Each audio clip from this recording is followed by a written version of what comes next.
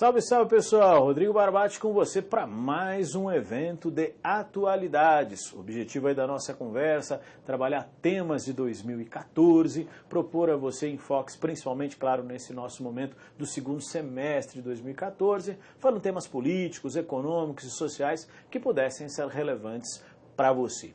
O objetivo aí da nossa conversa é justamente apresentar esses temas que marcaram no nosso encontro de hoje os assuntos de novembro de 2014. O que eu posso destacar em relação a esses conteúdos e que seriam relevantes à sua atenção. Sempre com aquela preocupação de buscar o equilíbrio entre os temas factuais e processuais, mostrar quem, onde, porquê e também causas e efeitos que explicariam esses eventos que nós estamos discutindo com você. Isso para que você possa identificar, conforme o perfil da sua prova, o que seria mais pertinente, ok? Então, caminhando aí nos nossos primeiros assuntos, quais seriam os destaques de novembro de 2014?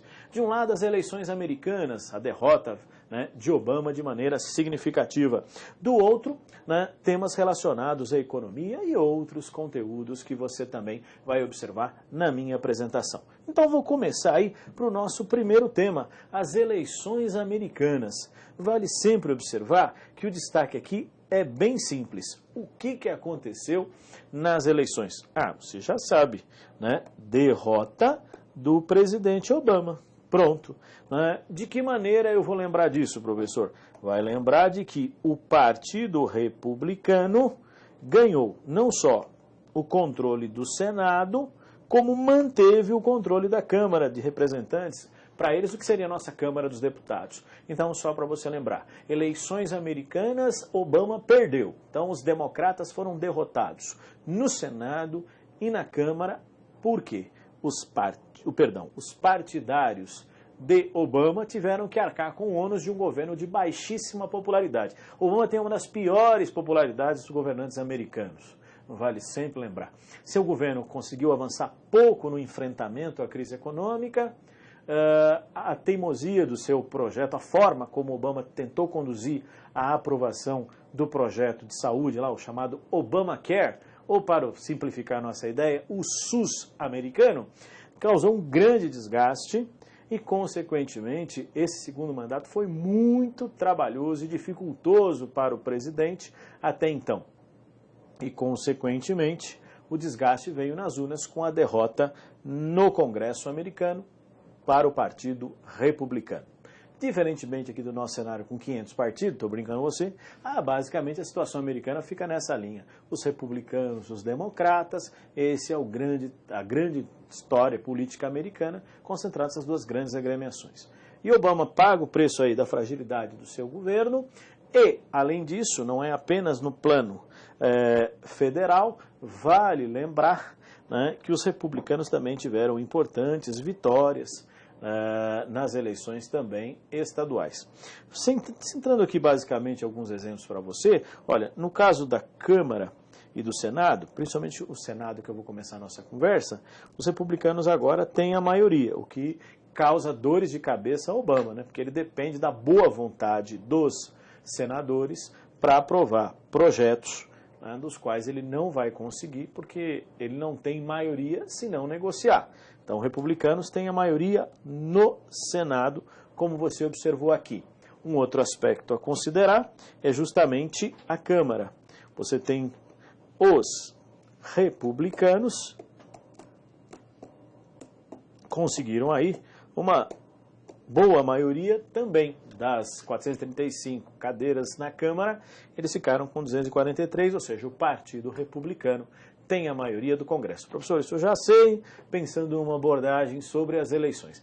Mas, vamos falar sério, professor, será que esse é o tema? Já foi tema de prova? Já tivemos perguntas sobre eleições americanas nesse sentido. Só que, além disso, é sempre importante lembrar que as eleições americanas, tradicionalmente, são marcadas por consultas nos estados sobre temas polêmicos. E em 2014 não foi diferente. Então, vale lembrar que tivemos também outros temas abordados nesse cenário. Então, ainda falando um pouquinho das eleições para você e pensando nesse conteúdo, vale lembrar que além do processo eleitoral, o que você tem? Então, você já sabe, o Obama perde as eleições no Congresso. E os estados vai lembrar, olha lá, fizeram consultas, referendos sobre vários temas. Por exemplo, a legalização da maconha, direito ao aborto, aumento do salário mínimo, união de pessoas de mesmo sexo, são exemplos de temas que foram abordados em consultas. É sempre interessante lembrar que desses temas, queria chamar sua atenção para um que vem ocupando espaço nos noticiários, que é a questão da legalização das drogas. O exemplo da maconha, nós já tivemos perguntas em prova aqui recentemente por causa da legalização no Uruguai. Então o tema esteve nos noticiários por causa da legalização das drogas no Uruguai, no caso da maconha, né? Vale observar. No caso americano, então, já que o tema vem ganhando destaque, é interessante você observar esses detalhes. Washington, o distrito, a capital, onde fica a capital dos Estados Unidos, então o distrito de Washington foi às urnas e aprovou a legalização da maconha. Exemplo. Então, só para que você possa entender, na capital dos Estados Unidos foi legalizado no distrito de Washington o consumo da droga. É interessante perceber, claro, que esse tipo de questão vai variar de estado para estado, estados mais conservadores, outros mais liberais. Vai lembrar, só para você ter uma ideia, na Flórida foi feita uma consulta sobre a liberação do uso da maconha para fins medicinais, Flórida, e a proposta foi derrotada, a população disse não. Então são algumas referências que você tem desse tema polêmico sobre a liberalização das drogas. No caso da maconha, para uso medicinal, para uso festivo, como eles falam, vale definir a posição de cada estado ou localidade, conforme a consulta foi realizada.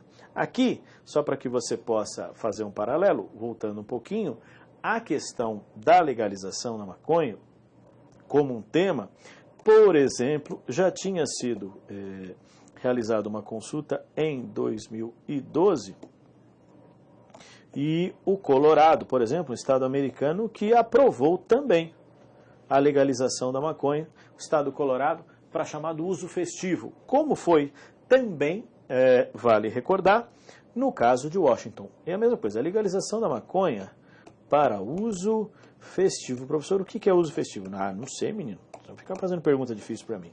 Estou brincando com você, então, de que seria permitido o consumo de determinada quantidade de droga, né? Não é a finalidade medicinal, é claro. Então, o uso da maconha seria descriminalizado nesses estados. Colorado, o estado de Washington, o distrito de Washington, onde fica a capital. Então, são regiões, por exemplo, sempre lembrando, o estado de Washington é uma. Se você pegar o mapa americano, né, e olhar o mapa, você vai observar a oeste, no mapa, você tem o estado de Washington. Se você for para o leste, você vai encontrar, né, a capital, o distrito de Washington, e ali você tem também. Então, estão três regiões distintas que eu falei, Colorado, Washington, o distrito de Washington, onde você tem a possibilidade do uso festivo da maconha. Exemplos para você nessas eleições, como referência, tema polêmico. Está aí um assunto, ok? Além disso, claro, temos que falar um pouquinho de economia. Sempre interessante lembrar que a economia brasileira vem enfrentando aí algumas dificuldades, PIB, né, inflação e as contas públicas, vale lembrar. Então, o governo, você vai recordar, costuma fazer o anúncio no ano anterior sobre suas metas de economia para o ano seguinte. Então, é o tal superávit primário, a meta estabelecida pelo governo, envolvendo recursos economizados pelo Tesouro Nacional, que é o Caixa do Governo Federal, a Previdência Social e o Banco Central, o volume de recursos economizados para pagamento da dívida, por exemplo. Então, o Brasil estabeleceu uma meta, que seria economizar quase 2% do seu PIB. Só que o governo, este ano, não cumpriu nada disso. Gastou muito mais do que arrecadou e ficou com esse abacaxi na mão. Quando o governo faz esse anúncio, ele se compromete a, olha, o que eu vou economizar descontando, né, o que eu gastei com o Programa de Aceleração do Crescimento, o PAC, e a desoneração de tributos. Então, por exemplo, olha, zerou o tributo, o IPI dos veículos. Ah, tá, então considera essa conta. Quanto eu deixo de arrecadar com isso? Só que a lei de diretrizes orçamentárias que define isso, a LDO, ela tem uma cláusula que estabelece um limite para o governo abater. Então, vamos ver se a gente entende isso aí, professor. Sim, ela fica da seguinte forma. A Lei de Diretrizes Orçamentárias, LDO, em seu artigo 3º, diz que sempre é interessante, né, estabelecer o compromisso, aquela história, né, cumprir a meta de superávit primário. O que o governo quer, então, é alterar esse artigo, o que permite a ele descumprir o percentual estabelecido. Na prática, é isso. O que muitos analistas estão dizendo é, eu não vou economizar, então é aquela história, eu prometi que ia economizar 100, mas não só economizei 10, então vou mudar a lei para poder economizar os 10 só, porque eu não vou cumprir os 100, essa é a questão. Então o governo vai legalizar ou regularizar uma situação que está clara. Chega-se ao fim do ano, conclusão, o governo não cumpriu e não vai cumprir, com certeza, a meta estabelecida. Então o enfoque vai por aí. Só que para poder regularizar isso, legalizar isso, ele precisa alterar a lei em 2014. Então há uma batalha no Congresso para que isso seja efetivado. Sim. Então, dentro dessa perspectiva, o que o governo está propondo? O governo propôs, acabar com um limite fixo de 67 bilhões de reais para o abatimento do PAC das desonerações. Tá? Só para que você possa ter uma ideia, o governo tinha um limite. A proposta é ele abater tudo que ele gastar. Até outubro, por exemplo, ele já tinha gasto 127 bilhões, ou seja, quase o dobro do que ele podia abater. Então, se ele abater tudo que gastou, ele teoricamente cumpre o seu compromisso. Então, ele vai mudar a lei, né, para cumprir o compromisso. Essa é a ideia. Aquele raciocínio que eu fiz com você, eu tinha que economizar 100, economizei 10, aí eu vou dizer o seguinte, mas eu gastei 90 com educação, com saúde, vou abater esse valor como se eu pudesse, né, complementar. Sim, só que a lei diz, você com educação e saúde só pode abater 67. Você quer abater tudo que você gastou? Porque eu consigo cumprir a meta estabelecida. Então é isso que o governo vai fazer. Reduzir o superávit primário, alterando a lei, com isso legalizar ou regularizar uma situação.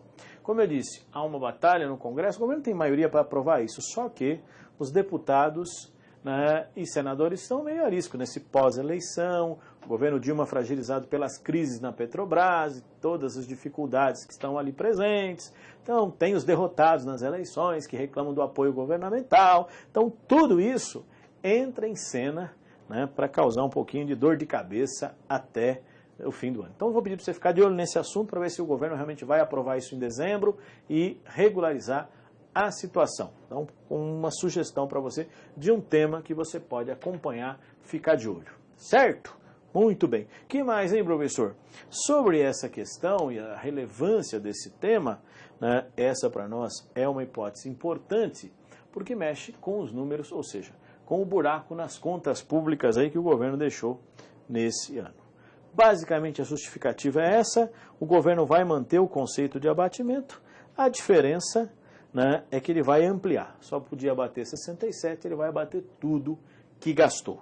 Essa é a ideia. Tá bom? Então fique de olho no tema, o assunto está ainda em debate e você vai observar como a questão será resolvida para poder regularizar as contas. Professor, ministério, a nomeação do João e para Maria, vale lembrar, eu tenho que ficar de olho nisso? Olha, sempre interessante destacar que realmente o governo Dilma, no primeiro, vamos dizer assim, nesse seu primeiro mandato, deixou realmente a desejar nessa questão econômica e é um tema que você tem observado já em algumas provas, vale recordar essas dificuldades da economia. Com o PIB lá embaixo, inflação lá em cima e as contas públicas também, o buraco aumentando, são algumas referências que você tem sobre esse tema que já até estiveram presentes em prova.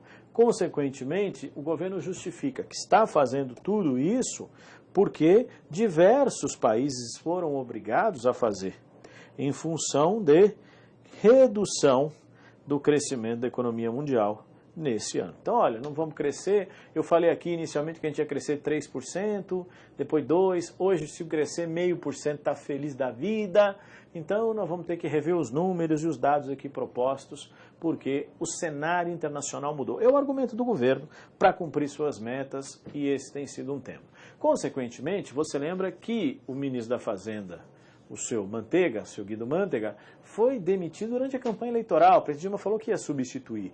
Então, é fim de festa. Inclusive, há um compromisso de que a nova equipe econômica assuma ainda em 2014, assim que for nomeada.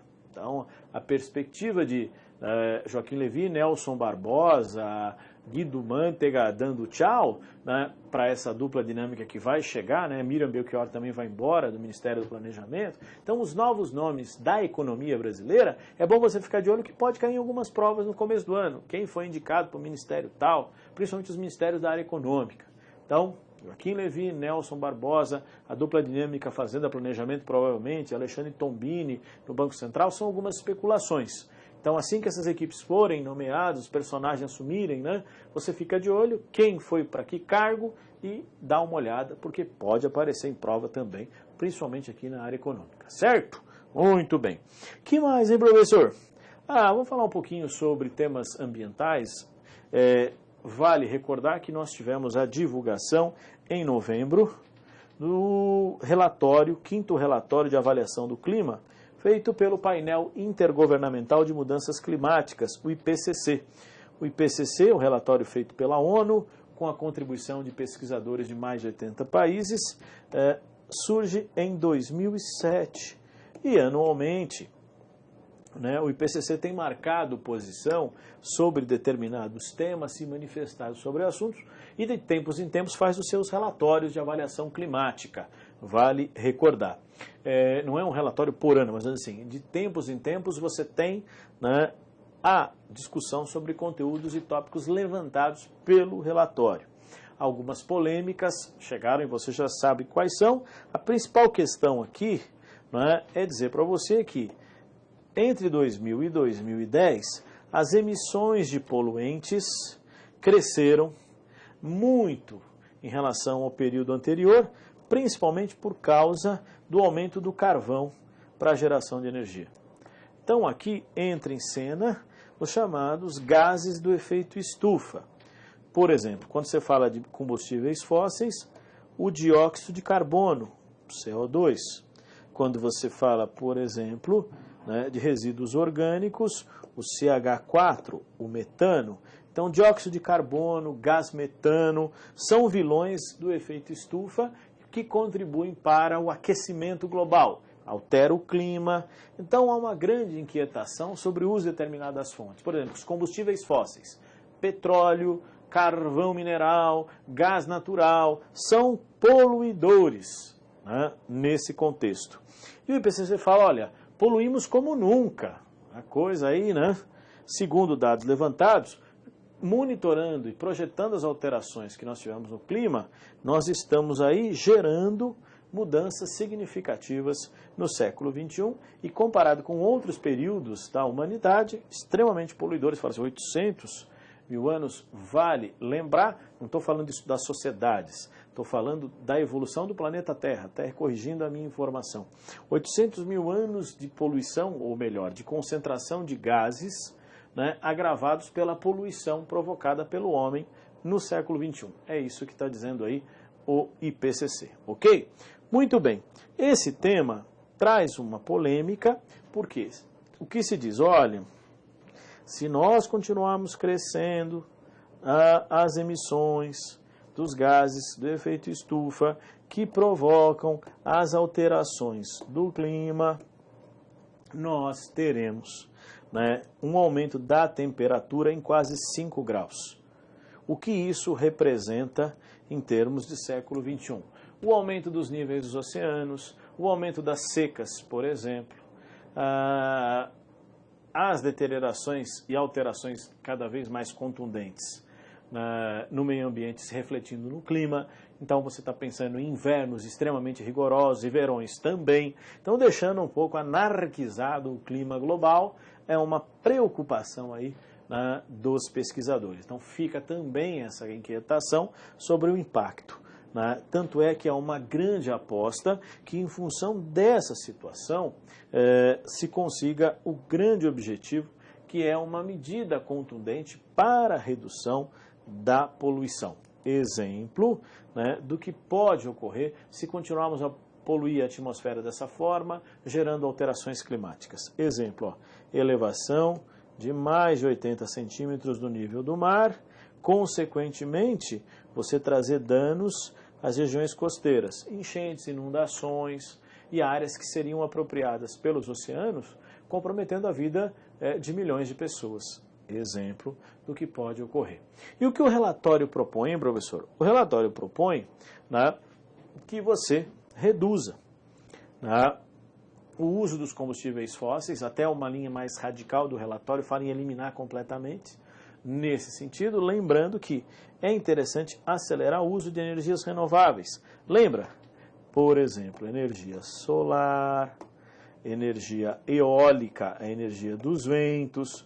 Vamos lembrar desses temas. Energia solar, eólica seriam referências aí de enfrentamento. Inclusive, a preocupação é eliminar o uso de combustíveis fósseis, como exemplo carvão, petróleo, e reduzir o desmatamento. Se isso fosse conseguido no século XXI, nós poderíamos reduzir os efeitos, ou melhor, né, zerar as emissões, reduzindo ou diminuindo, consequentemente, os gases na atmosfera e as alterações climáticas. Essa é a discussão proposta pelo IPCC. Uma questão aqui interessante que nesse período, nós podemos lembrar a você, surgiram dois fatos interessantes que foram noticiados pela imprensa e que para nós teriam também uma relevância nesse período. Durante todo esse debate, coincidentemente, né, o que aconteceu? China e Estados Unidos assumiram um compromisso, né, de diminuir, de reduzir menos emissões. Então, se você considerar que os Estados Unidos e a China assumem esse compromisso, a China é o maior poluidor do planeta. Os Estados Unidos, o segundo maior. Os dois assumiram compromissos até 2030 de reduzirem as suas emissões. Os chineses falam em começar esse processo até em torno de 2025, 2030, e os americanos chegarem até 2030. Então, o objetivo é uma perspectiva. Por quê? Há um tema que fica para o ano que vem, claro, de olho. Em 2015, nós teremos no final do ano, né, o encontro de Paris para discutir o clima. E é uma grande expectativa que em 2015, nesse encontro em Paris, se consiga fechar um grande acordo sobre a redução de emissões no planeta. Inclusive que esse acordo vai substituir, né, o combalido e fragilizado Protocolo de Kyoto, que hoje se mantém porque não tem outra coisa no lugar, mas muito descaracterizado pela pouca atuação de vários países. Então, um novo acordo sobre o clima pode surgir em 2015 em Paris. É o que se espera com esse gesto aí de Estados Unidos e China. Agora, é sempre interessante lembrar que o presidente Obama fez todo esse anúncio, só que para fazer o acordo, aprovar o acordo, ele tem que ter o apoio do Congresso, que ele não tem, né?